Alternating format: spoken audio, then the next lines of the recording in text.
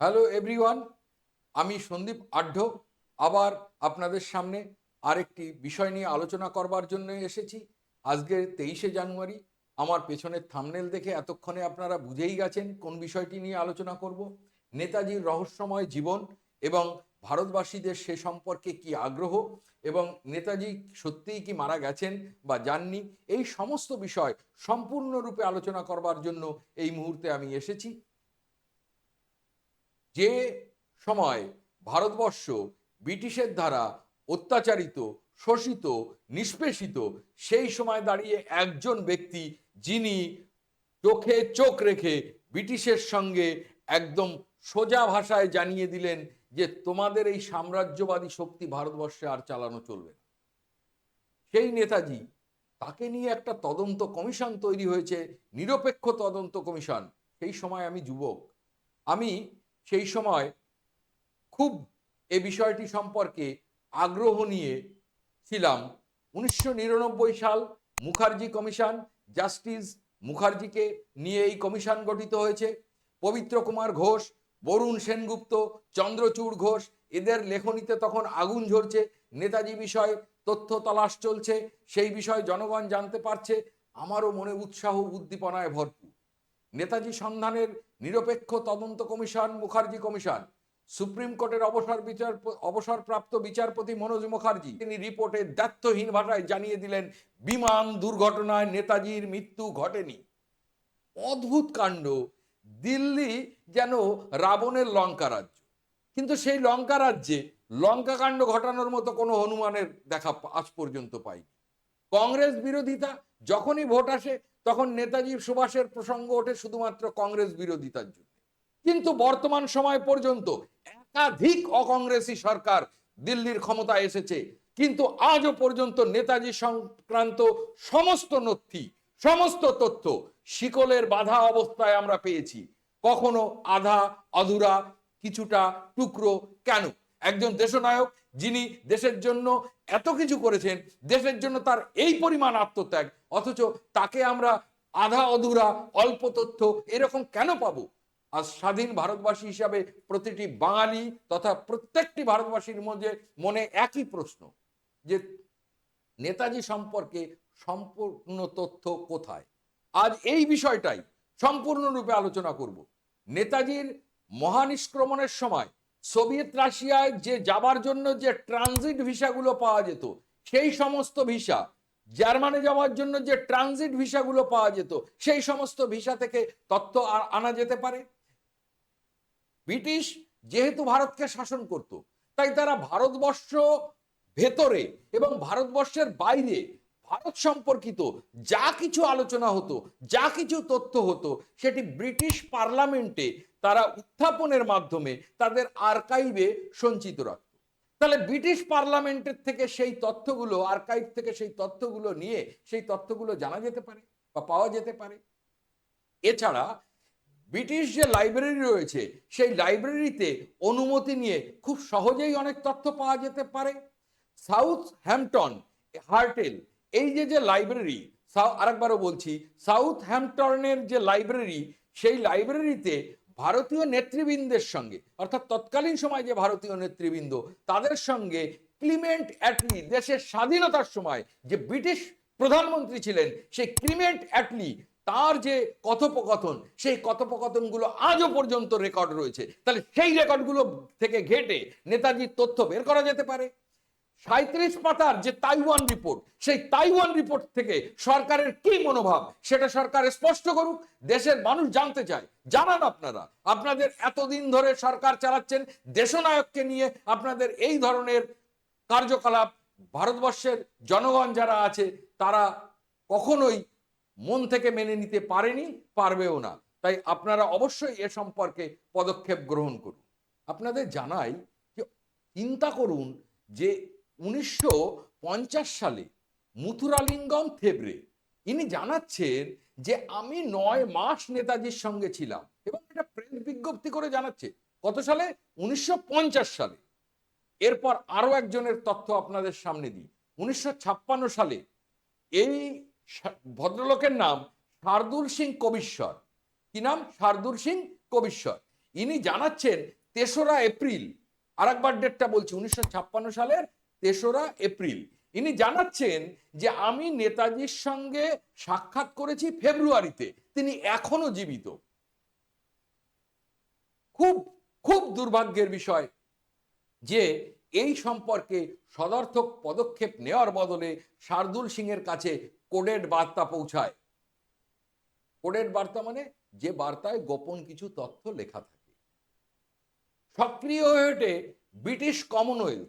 অদ্ভুত কাণ্ড যে ব্রিটিশ শাসিত দেশগুলোকে নিয়ে তৈরি এই কমনওয়েলথ, এ এক অদ্ভুত একটা দপ্তর যা খানিকটা মেঘনাদের মতো, মেঘের আড়ালে থাকে, কখনো কখনো বেরিয়ে ওঠে, আত্মপ্রকাশ করে। একে ধরা যায় না, একে ছোঁয়া যায় না, একে দেখা যায় না, কিন্তু ভারতের মতো ঔপনিবেশিক শাসনকে, তাদের পুরনো মোড়কে, পুরনো জিনিসকে আর নিজেদের মতো করে গুছিয়ে রাখার যে কৌশল, সেই কৌশল তারা কখনো ছাড়ে না। যাই হোক, এবার আসি নেতাজির বাল্য জীবনের বিষয়ে কিছু কথা নিয়ে। কারণ নেতাজিকে আলোচনা করতে গেলে তার সম্পূর্ণ বিষয়টি প্রথম থেকে শেষ পর্যন্ত আলোচনা করা উচিত। পিতা জানকীনাথ বসু এবং মাতা প্রভাবতী দেবী এর গর্ভে উড়িষ্যার কটকে জন্ম নিলেন এই বীর সন্তান সুভাষচন্দ্র বসু। সংস্কার, শৃঙ্খলা এবং দেশপ্রেমের পাঠ তিনি তার গৃহ পরিবেশেই সম্পন্ন করেন। এবং এই বাল্য অবস্থা থেকেই তিনি, একটা উদাহরণ দিলে আপনারা বুঝতে পারবেন যে ১৯০৮ সালে তখন ক্ষুদিরাম বসুর ফাঁসি হয়েছে, এবং ক্ষুদিরাম বসুর এই ফাঁসির জন্য একটা গান তখন খুব জনপ্রিয় হয়েছে, একবার বিদায় দে মা ঘুরে আসি। এই গানটা যারা গাইছে, ব্রিটিশরা তাদেরকে ভালো চোখে দেখছে না।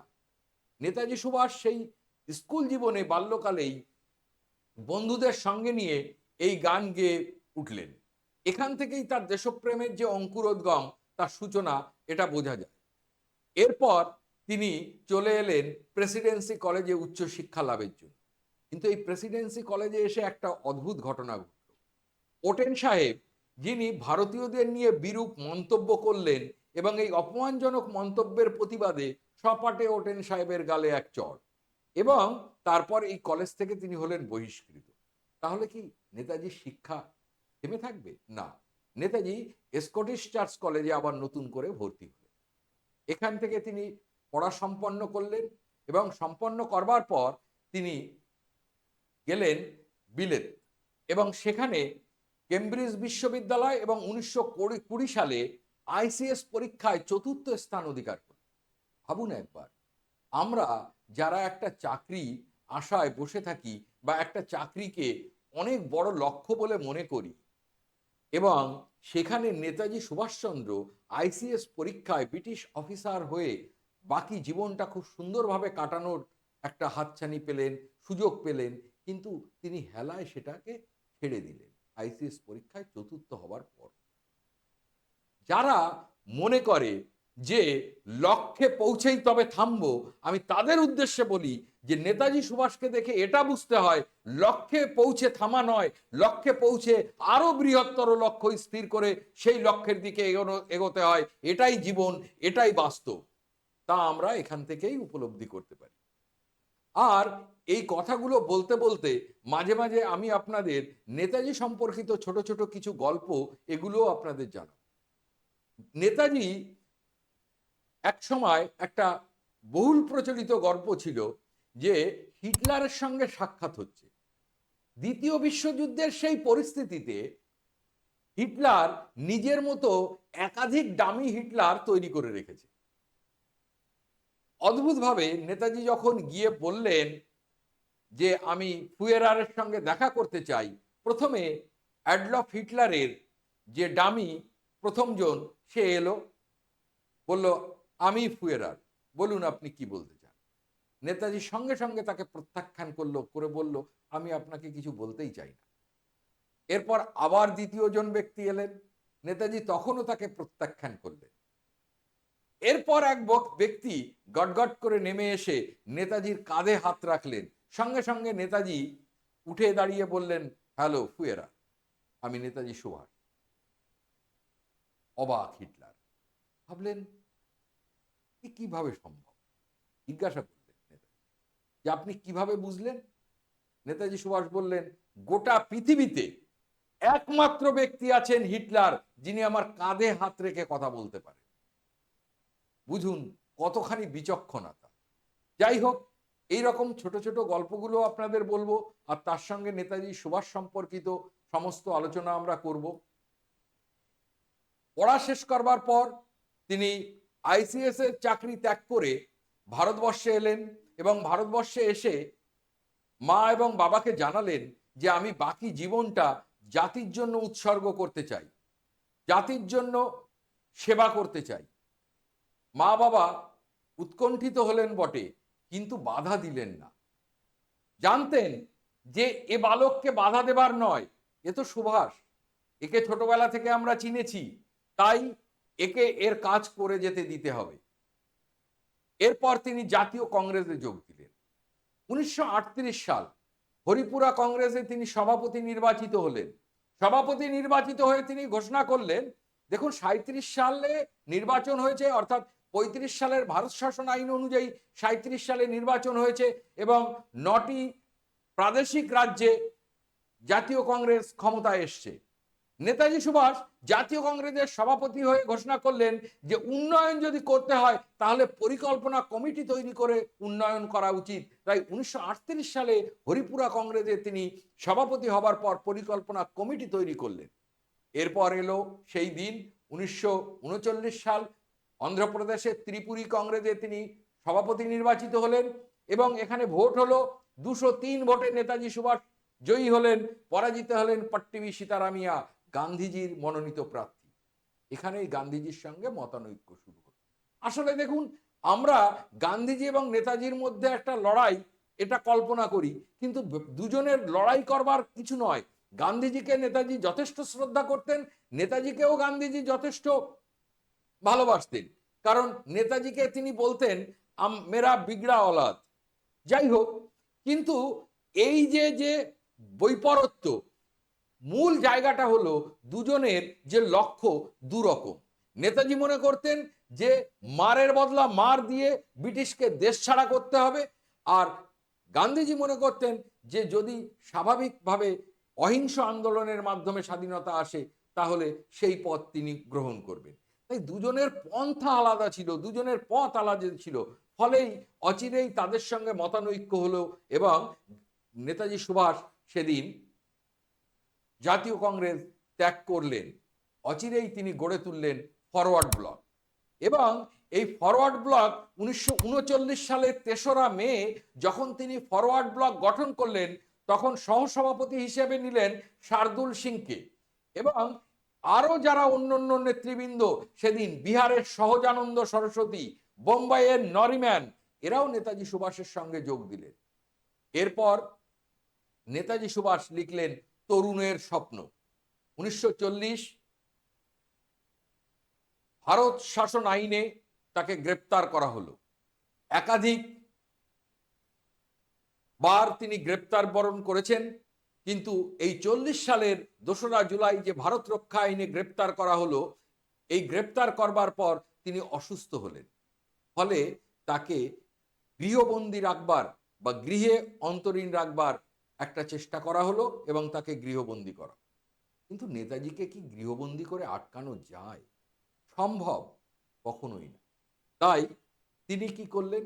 তিনি ঘোষণা করে দিলেন যে ভাইপো শিশিরকে গিয়ে বললেন যে শিশির, তুমি সকলকে জানিয়ে দাও যে আমি কিছুদিন নিজে ধ্যান করব এবং একাকিত্বে মাধ্যমে থাকব।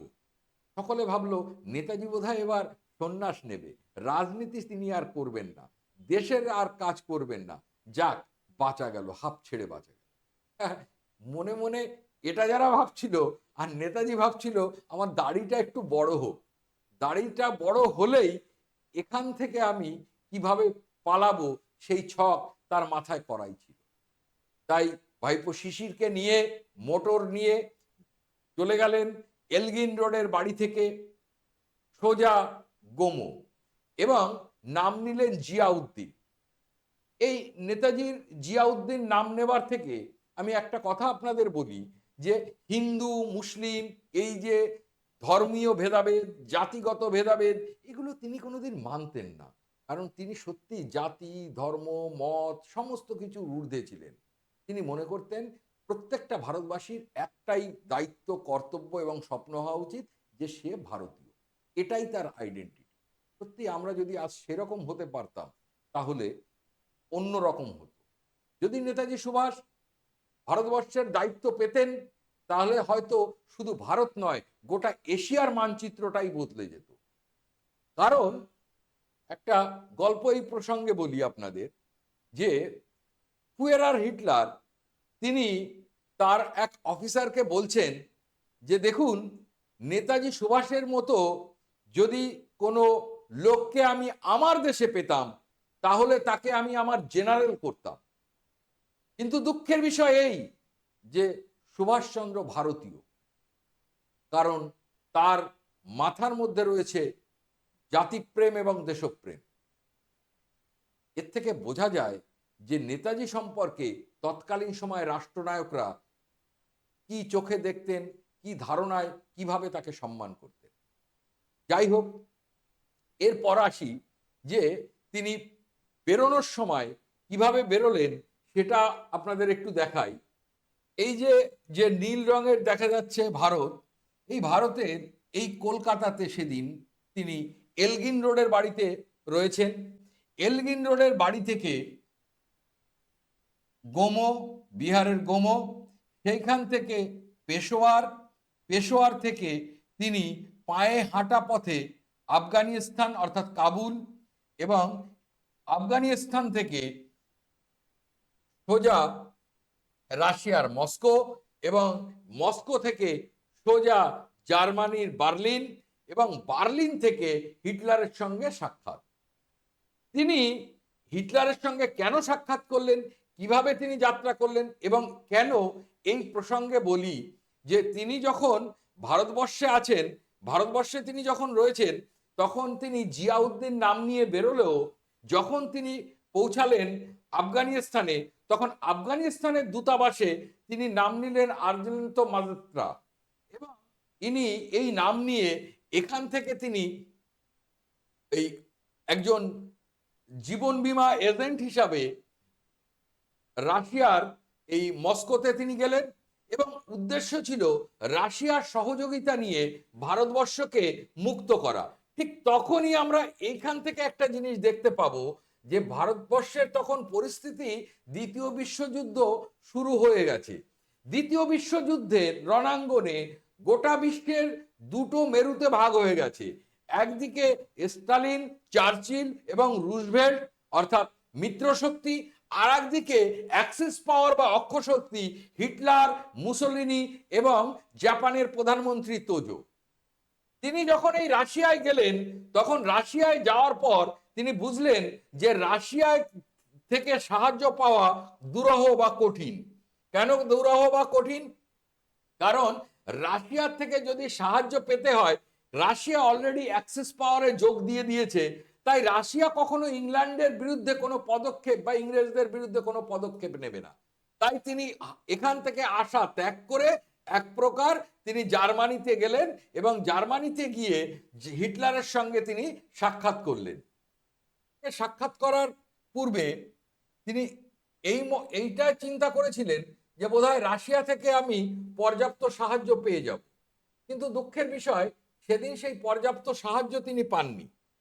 তাই তাকে বাধ্য হতে হলো জার্মানিতে, এই যে আমি গোল দিয়ে ঘিরে দিলাম এটা জার্মানি, তাহলে ভারতবর্ষ থেকে আফগানিস্তান হয়ে কাবুল হয়ে রাশিয়ার মস্কো, মস্কো থেকে তিনি জার্মানি গেলেন, এবং এখানে যখন তিনি সাক্ষাৎ করলেন হিটলারের সঙ্গে তখন জার্মানে যখন ভারতীয় যারা ছিল প্রথম বিশ্বযুদ্ধের রণাঙ্গনে বা বিভিন্ন জায়গার সময় ভারতীয় যে বন্দিরা ছিল সেই বন্দীদের নিয়ে জার্মানে তিনি একটা ফৌজ দল অলরেডি গঠন করলেন, এবং জার্মানে এখান থেকে তিনি বেতার যে রেডিও আজাদ হিন্দ রেডিও, সেই আজাদ হিন্দ রেডিওর সূচনা করলেন। জার্মানে সেই সময় হিটলার যথেষ্ট বুদ্ধিমান, তাই তিনি এই যে যে আজাদ হিন্দ ফৌজ এদেরকে যেন কোনোভাবেই ব্যবহার করতে না পারে, তাই সেই মর্মে তিনি আবিদ হাসানকে বললেন, আবিদ তুমি খেয়াল রেখো যেন হিটলার তার নিজস্ব ব্যক্তিগত কাজে আমাদের এই ফৌজকে ব্যবহার না করে। তৎকালীন সময় ফৌজের সংখ্যা ছিল 400। পরবর্তীকালে এখান থেকে ভারতবর্ষ যথেষ্ট দূর এই আক্রমণ করা সম্ভব হবে না, কারণ এই পথ দিয়ে ঘুরে ম্যাডাগাস্কার হয়ে যদি ভারতে আসতে হয় তাহলে যথেষ্ট ব্যয় সাপেক্ষ এবং সময় সাপেক্ষ। তাই তিনি মনে করলেন যে এখান থেকে আক্রমণ করা সম্ভব নয়। হিটলার তাকে পরামর্শ দিলেন যে আপনি জাপানে চলে যান এবং বললেন আমাদের একটা বিশেষ বস্তু রয়েছে যার কারণে জার্মান আজ সর্বশক্তিমান, তা হলো এই ডুবোজাহাজ। ডুবোজাহাজ ডুবে সোজা গিয়ে যেখানে চাইবে সেখানেই ভেসে উঠতে পারবে, ফলে আপনি খুব সহজেই জাপানে পৌঁছে যেতে পারবেন। নেতাজির কাছে এই তথ্য যথেষ্ট গ্রহণযোগ্য বলে মনে হলো, কিন্তু এখানে ত্রুটি হলো অন্য। এখানে ত্রুটি হলো যে জাপান সরকার যে ভারতীয় সৈন্যদের আটকে রেখেছে তাদের নিয়ে যদি কোনো সংগঠন করা হয়, কোনো দল করা হয়, ভারত আক্রমণ করবার পর ভারত যে জাপান দখল করবে না, এই মর্মে কি প্রতিশ্রুতি রয়েছে? এই মর্মে পূর্ণ প্রতিশ্রুতি পাবার পর তিনি জাপানে যাবার সিদ্ধান্ত নিলেন এবং ইউ-18 বলে জার্মানি যে ডুবোজাহাজ, সেই ডুবোজাহাজ থেকে ম্যাডাগাস্কারের কাছে এসে জাপানি ডুবোজাহাজ I-29 এটাতে উঠলেন। এই দীর্ঘ সময় তিনি দিনের বেলা কোনো একটা জায়গায় ডুবোজাহাজ ডুবে যাচ্ছে আর রাতের অন্ধকারে চলছে, এই রকম বিশেষ বিশেষ সময় বিশেষ বিশেষ পরিস্থিতির সম্মুখীন হয়ে তিনি এখান থেকে সোজা এসে পৌঁছালেন জাপান। কিন্তু জাপান পৌঁছেও জাপান এখান থেকে এলেন কোথায়? জাপান। কিন্তু জাপান পৌঁছে তিনি জাপানের প্রধানমন্ত্রী তোজো তাকে অভ্যর্থনা জানালেন। অভ্যর্থনা জানানোর পর তিনি এখান থেকে ভারত আক্রমণের যে পরিকল্পনা তা তিনি বাস্তবায়িত করেননি। এখান থেকে তিনি সোজা এসেছেন কোথায়? সিঙ্গাপুরে। সিঙ্গাপুর, এবং সেখানে তিনি তৈরি করলেন আজাদ হিন্দ ফৌজ। অর্থাৎ আজাদ হিন্দ ফৌজ তার আগেই তৈরি হয়ে গেছে, INA ইন্ডিয়ান ন্যাশনাল আর্মি। সেই ইন্ডিয়ান ন্যাশনাল আর্মি তার আগেই তৈরি হয়ে গেছে। ক্যাপ্টেন মোহন সিং এবং ধিলন এরা মিলে তৈরি করেছেন এবং রাসবিহারী বসুও সঙ্গে আছেন। পরবর্তীকালে জাপানিদের কাছে ক্যাপ্টেন মোহন সিং যখন বন্দী হন তখন এর উত্তরদায়িত্ব পড়ে রাসবিহারী বসুর উপর, এবং রাসবিহারী বসু সমগ্র সেনাবাহিনীকে অর্থাৎ এই INA কে সম্পূর্ণরূপে নেতাজির কাছে তুলে দেন। নেতাজি সেদিন ভাবেন যে দেশ যদি স্বাধীন করতে হয় তাহলে আমাকে এই মালয় থেকে অর্থাৎ এই সিঙ্গাপুর থেকে এখান থেকে আমাকে বার্মা হয়ে আরাকান হয়ে অর্থাৎ এই পথ দিয়ে ভারতবর্ষে ঢুকতে হবে। ঢুকে একবার কলকাতায় যেতে পারলেই ভারতবর্ষের বাকি অংশটা স্বাধীন করা অত্যন্ত সোজা হবে। কিন্তু দ্বিতীয় বিশ্বযুদ্ধের পরিস্থিতি অত্যন্ত জটিল আকার ধারণ করলো। কি হলো? আমেরিকার একদিকে রয়েছে আমেরিকা, রাশিয়া, ইংল্যান্ড, ফ্রান্স এরা, আর আরেক দিকে রয়েছে জার্মান, ইটালি, জাপান এরা। জাপান কি করলো? ক্রমাগত সমস্যার সম্মুখীন না হয়ে যুদ্ধে জিতছে, আর ওদিকে হিটলার রাশিয়ার কাছে মার খাচ্ছে। এমতো অবস্থায় টেনশনে পড়ে গিয়ে জাপান কি করলো? আমেরিকার পার্ল হারবারে সেদিন মুড়ি মিছরির মতো বোমা ছড়ানো শুরু করলো। আমেরিকা ক্রুদ্ধ হলো এবং হিরোশিমা এবং নাগাসাকিতে অ্যাটম বোমা ফেলে হিরোশিমা এবং নাগাসাকিকে ধ্বংস করে দিয়ে জাপানকে পুরো বিধ্বস্ত করে তুলল। এই মতো অবস্থায় নেতাজির ভারতবর্ষ আক্রমণের যে পরিকল্পনা সেটা তিনি তখন আরাকান এই অঞ্চলটাতে অবস্থান করছেন। কোহিমা, ইম্ফল একের পর এক জয় করছেন এবং ভারতের পতাকা উত্তোলন করে দিচ্ছেন। এদিকে এই যে বে অফ বেঙ্গলের দ্বীপ রয়েছে, আন্দামান এবং নিকোবর দ্বীপ, এই আন্দামান এবং নিকোবর দ্বীপে তিনি জয় করলেন এবং নাম রাখলেন শহীদ এবং স্বরাজ দ্বীপ। আপনাদের এই কথা বলতে বলতে আরেকটি বিষয় বলি যে এই আরাকান হয়ে যে আক্রমণের পরিকল্পনা, এই পরিকল্পনার যে সর্বাগ্রে নেতাজিরই তৈরি এরকমও নয়, কিছুটা কিন্তু জাপানি সেনা রসদ পাঠাতে এই রেঙ্গুন থেকে সুবিধা হবে বলে সেদিন জাপানিরা বলেছিলেন। কিন্তু নেতাজি নিজে চেয়েছিলেন যে সোজাসুজি কলকাতায় ঢুকে আগে বাংলার ভূমিতে ঢোকা, এবং বাংলা ভূমি থেকে ঢোকার পর তিনি রসদ এবং সেনা বাকি যা যা কিছু দরকার সেগুলো সংগ্রহ করতে অত্যন্ত সুবিধা হবে। কিন্তু জাপানিদের যেহেতু সাহায্য নিতে হচ্ছিল রসদ এবং অন্যান্য বিষয়ে, সাপ্লাই লাইন, তাই সাপ্লাই লাইন বার্মা হয়ে, কারণ বার্মা তখন জাপানের অধীনে ছিল, তাই বার্মা হয়ে ঢুকতে তার সুবিধা হবে, এই চিন্তা ভাবনা নিয়েই সেদিন আক্রমণ হয়েছিল। কিন্তু হিরোশিমা আর নাগাসাকিতে বোমা পড়বার পরে এই জাপানের যে সাপ্লাই লাইন, এই সাপ্লাই লাইন কেটে যায়। তাই অচিরেই যে ইন্ডিয়ান আর্মি যারা নেতাজির হয়ে দেশ মাতৃকাকে শৃঙ্খল মোচন করবার জন্য যুদ্ধ চালিয়ে যাচ্ছে, তাদের সেনা রসদে পড়ল টান, তাদেরকে পিছু হটতে বাধ্য হতে হলো। এইখান থেকে শুরু হলো আরেকটি পর্ব, যে পর্বটা অত্যন্ত দুঃখের এবং বেদনাদায়ক। দেশনায়ক সুভাষচন্দ্র সেদিন বললেন, Gandhi brigade, Azad brigade, Nehru brigade, প্রত্যেকটি ব্রিগেডকে সেদিন তিনি পিছু হটবার কথা বললেন। এবং শুধু পিছু হটা নয়, বললেন এই সমস্ত ব্রিগেডগুলোকে ভেঙে দাও, এবং শুধু তাই নয়, এদের প্রত্যেকটি সৈন্যের বেতন যা যা অর্থ প্রাপ্য সেগুলো সম্পূর্ণরূপে তাদের দিয়ে দাও। আমি চাই না কোনো বন্দী ব্রিটিশের হাতে বন্দী হোক এবং শাস্তি ভোগ করুক। তাই এই আদেশ পাওয়ার পর এই সেনাবাহিনীতে, অর্থাৎ ইন্ডিয়ান ন্যাশনাল আর্মি আইএনএর সেনাবাহিনীতে একটা দুঃখের বা শোকের ছায়া চলে এলো। এই প্রসঙ্গে আপনাদের একটা ছোট্ট গল্প বলি। এক জাপানি জেনারেল, সেই জেনারেল এই জাপানিদের বা জাপানি সরকারের কথা মতো নেতাজি সুভাষের সঙ্গে থাকতেন এবং তার যে তথ্য সেই জাপান সরকারকে মাঝে মাঝে জানাতেন। এই কথা যেদিন নেতাজি একদিন জানতে পারলেন, তিনি সেই জাপানি জেনারেলকে জিজ্ঞাসা করলেন যে আপনি কি মনে করেন যে দেশটি, আমার দেশ ভারতবর্ষ স্বাধীন হবে? 10 সেকেন্ড, 15 সেকেন্ড, 20 সেকেন্ড, 30 সেকেন্ড নীরব থাকার পর, অর্থাৎ সেই জেনারেল নীরব থাকার পর সোজা হয়ে উঠে দাঁড়িয়ে শটান নেতাজি বললেন যে আপনি যখন বিশ্বাসই করেন না, তাহলে আপনার আমার দলে থাকবার বা আমার সঙ্গে থাকবার বা আমার সঙ্গে পথ চলবার কোনো অধিকারই নেই। এই বলে তাকে তিনি বিদায় দিলেন। কি ধরনের বিচক্ষণ ব্যক্তি! সত্যিই খুব অবাক লাগে যে আজও তার সম্পর্কে সমস্ত তথ্য আমরা পেলাম না বা আজও আমরা জানতে পারিনি। জানা যায় যে এরপরে একটি কল্পিত তাইওয়ানের তাইহুকু বিমান থেকে তিনি রাশিয়ার উদ্দেশ্যে যাত্রা করবার সময় তাইওয়ান বিমান দুর্ঘটনায় তার মৃত্যু হয়েছে। তবে এই ঘটনা সম্পূর্ণরূপে মিথ্যা কল্পনাপ্রসূত, তা মুখার্জি কমিশনের রিপোর্ট ঘাটলে ভালোভাবে বোঝা যায়।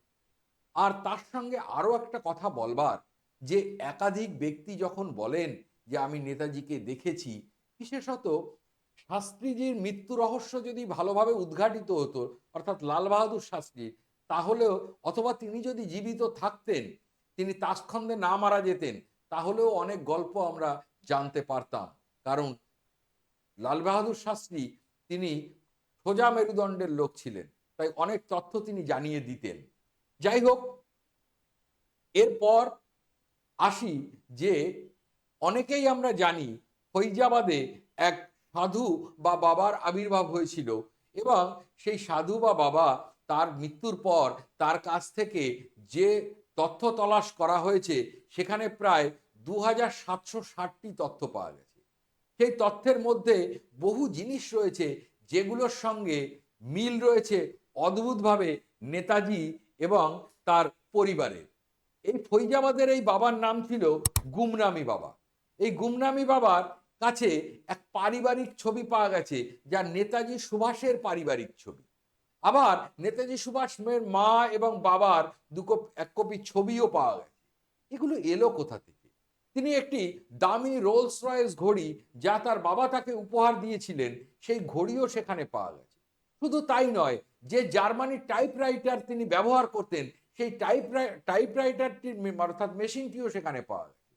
শোনা যায় যে কয়েকটি নামী সংবাদপত্রের পত্রিকা প্রতিদিন ফৈজাবাদের ওই বাবার আশ্রমের সামনে দিয়ে যেত কেউ বা কারা কারা তারা। তাহলে এই ফৈজাবাদের এই বাবা সম্পর্কে আজকের দিনে দাঁড়িয়ে আধুনিক যখন পদ্ধতি হয়ে গেছে, অর্থাৎ ডিএনএ টেস্ট থেকে সবকিছু শুরু, তাহলে রেঙ্কোজির মন্দিরে রাখা ওই যে চিতাভস্য, ওটা নেতাজির বলে চালানোর কেন চেষ্টা করছে? ওটাকে ডিএনএ টেস্ট করে দেখলেই তো ঝামেলাটা মিটে যেত। দেশবাসী জানতে চায়, আমরাও অধীর আগ্রহে রয়েছি, চাই মৃত্যুর আগে এই ঘটনার সম্পূর্ণ তদন্ত করে পূর্ণ তথ্য আমার শুধু নয়, আমাদের শুধু নয়, গোটা ভারতবর্ষের, শুধু বাঙালি নয়, গোটা ভারতবর্ষের সকলের সামনে আসুক। বিশ্ব এই রকম একজন নেতাকে হারিয়েছে, যে নেতা বর্তমান সময়ে অত্যন্ত প্রাসঙ্গিক। যখন সাম্রাজ্যবাদের থাবা বিভিন্ন দিকে আশ্রে পড়বার মতো পরিস্থিতি তৈরি হয়েছে, যখন বিশ্বের মুক্তিকামী দেশগুলি, বিশ্বের দরিদ্র থেকে দরিদ্রতম দেশগুলি এই বড় বড় সাম্রাজ্যবাদী শক্তির মাথা নত বা পদানত হয়ে থাকতে চায় না, তাদের কাছে মাথা নত করে থাকতে চায় না, তাদের পদানত হয়ে থাকতে চায় না, তখনকার সময় দাঁড়িয়ে নেতাজি অত্যন্ত অত্যন্ত প্রাসঙ্গিক। তাই সবশেষে আমি এটা জানাবো যে নেতাজি সম্পর্কিত এই পূর্ণ ভিডিও আপনারা এত বেশি পরিমাণে শেয়ার করুন যাতে সরকার এর কান যায়, অর্থাৎ শেষ পর্যন্ত সরকার এই সম্পর্কিত সমস্ত তথ্য প্রকাশ করতে বাধ্য হয়। আরও একটা জিনিস বলবো, এই অযোধ্যাতে নেতাজির একটা আহ, এই সংগ্রহশালা রয়েছে, আর রেড ফোর্টে নেতাজির একটা সংগ্রহশালা রয়েছে।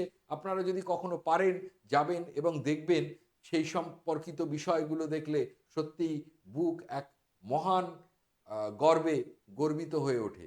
সবশেষে বলবো যে নেতাজি যে দান করে গেছেন ভারতের, আমি অন্তত ভারতবাসী হিসাবে সেই ঋণের বোঝা কোনোদিনও শোধ করতে পারবো না, আমরা কেউই তা পারবো না।